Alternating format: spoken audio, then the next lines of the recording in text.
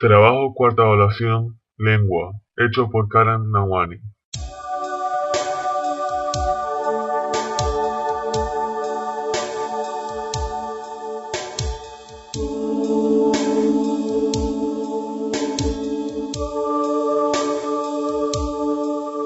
Hola, alumnos de Luther King Sur. Agradecemos vuestro viaje hasta Castilla-La Mancha. Me han contado los profesores que queríais saber más acerca de las representaciones teatrales del Siglo de Oro. Este es el lugar perfecto. Nos encontramos en el Corral de Comedias de Almagro. Es el más famoso. Pero, ¿por qué lo es? Por ser el único que actualmente se conserva tal cual estaba en el siglo XVII. Se trata de un patio de unos 300 metros cuadrados, rodeado de 54 pies rectos de madera, que a su vez se apoyan en bases de piedra para proteger a estos de la humedad. Posee 2 pisos con aposentos y ganchos, para el telón que había que defender del sol y las velas o candiles de aceite. En el patio hay un pozo situado en la entrada, donde debía estar la lojería para surtir de refresco a los espectadores. Luego nos centraremos en las partes por las que está formado un corral de comedia, pero primero me gustaría hacer una breve introducción del teatro en el Siglo de Oro. El espectáculo teatral alcanzó gran esplendor y popularidad en el siglo XVII. Se convirtió en la diversión más importante del pueblo. Como era un medio de influencia, fue sometido a censura y críticas de los moralistas. Se utilizó para transmitir la ideología del poder monárquico, en el que el rey hace valer los intereses del pueblo frente a los nobles tiranos. Durante esta época, el teatro se convierte en una actividad profesional, que cuenta con una amplia aceptación del público, por lo que se constituye como un negocio. En el siglo XVI-XVII nos encontramos con distintas variantes de teatro. En primer lugar, el teatro religioso, que continúa el drama litúrgico medieval y que deriva en el barroco en los autos sacramentales. En segundo lugar, el teatro cortesano, en el que el gusto de los nobles por este tipo de divertimentos hace que surja un teatro representado en cortes y palacios. En tercer lugar, el teatro popular, que es el que alcanzó mayor éxito, representado en plazas populares y luego en corrales de comedia, dirigido a la gran mayoría del público. Antes de la década de 1560, no existía en España el concepto de edificio dedicado a la representación de teatro. Las representaciones se daban, además de en palacios, en las iglesias y en las plazas y calles de las ciudades, en salones o patios de casas particulares, de algunas posadas, patios de hospitales, Zaragoza, Barcelona, Segovia y en algunos almacenes, Toledo. El número de corrales de comedia en España aumentó a partir de 1600, como respuesta al entusiasmo del público y el apoyo de Felipe III y Felipe IV.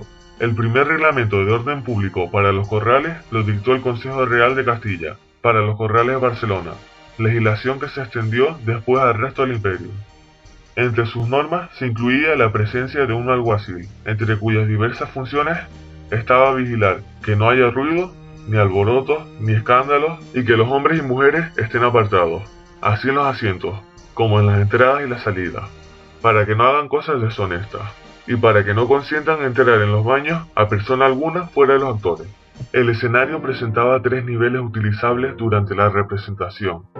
Al fondo, arriba, se situaba un balcón, al que se asomaban personajes que simulaban estar en el de una casa. En segundo lugar, estaba el tablado, en el que se desarrollaba normalmente la acción. Por último, el foso del que salían, a través de los cotillones o trampillas, los actores que encarnaban a Satanás o a otras criaturas infernales. Las habitaciones de las casas, aposentos que daban al patio, están destinadas a las gentes principales. Los desvanes y las tertulias eran los aposentos más altos, situados inmediatamente debajo del tejado. Estaban reservados muchas veces a los religiosos y a los nobles. Estos personajes podían ver la comedia sin ser vistos a través de la celosía. El público más modesto se situaba en el patio central y veía el espectáculo de pie o sentado en unas gradas que se levantaban a los lados del patio. Allí se situaban los mosqueteros, que, con sus capas y espadas, y sus silbidos o aplausos levantaban o hundían la comedia. Frente al escenario se construyó una especie de palco de mujeres, la cazuela, en el que se sentaban las mujeres del pueblo, quienes accedían al local por una puerta especial o por las casas vecinas, para no encontrarse con los hombres. A veces había inmediatamente al lado del escenario un lugar separado del resto de la sala, llamado medialuna, donde se sentaban otros espectadores. La alojería era el lugar en donde el público compraba tentempié, comida y bebida, y los alojeros despachaban la loja o hidromiel, bebida hecha de agua, miel y hierbas aromáticas que a veces se mezclaba con vino. Los primitivos corrales de comedia se ampliaron interiormente según se hizo preciso crear espacio para alojar al público. Su estructura solo permitía crecer verticalmente y se fueron añadiendo pisos a los ya existentes. Los precios de las entradas se fijaban de acuerdo a las condiciones del arrendamiento y su alteración estaba penada. Tal es así que en 1665 se mandó que en la entrada de los corrales constase la lista de precios de las diferentes localidades: taburetes, bancos, banquillos, tarimones, etc.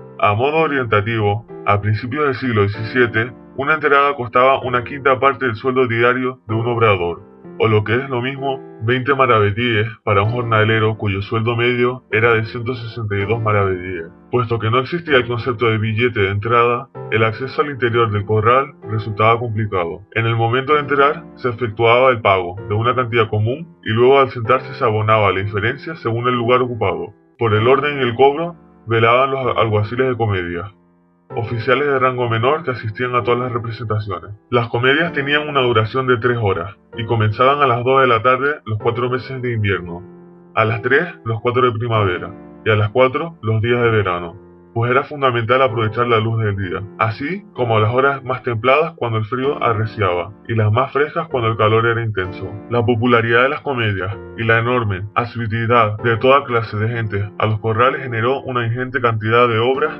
y autores de comedia, y provocó que aquellas obras que no habían sido concebidas para los corrales, como los autos sacramentales y las obras palaciegas, acabaran adaptándose para ser representados en ellos. En caso de que el espectáculo no guste al público, este no tiene el menor reparo en silbar a los cómicos o arrojarles frutas u objetos, llegando incluso a evadir la escena para lo que pasa previamente por encima de los doctos y atribulados intelectuales de los bancos. Los espectadores del patio, llamados infantería porque están de pie, también pueden intentar asaltar la escena porque determinada comediante lo entusiasme demasiado, o porque les haya gustado tanto la obra que quieran sacar a hombros los actores. Para que esto no se produzca con excesiva frecuencia, los comediantes suelen tutelarse con cofradías o hermandades religiosas, cuyos miembros, a cambio de una parte de los beneficios, ejercen de guardia de seguridad durante la función. Según la norma implantada por Lope de Vega, el espectáculo empieza con una loa, un pequeño poema en el que el recitador se congracia con el público elogiando la belleza de la ciudad,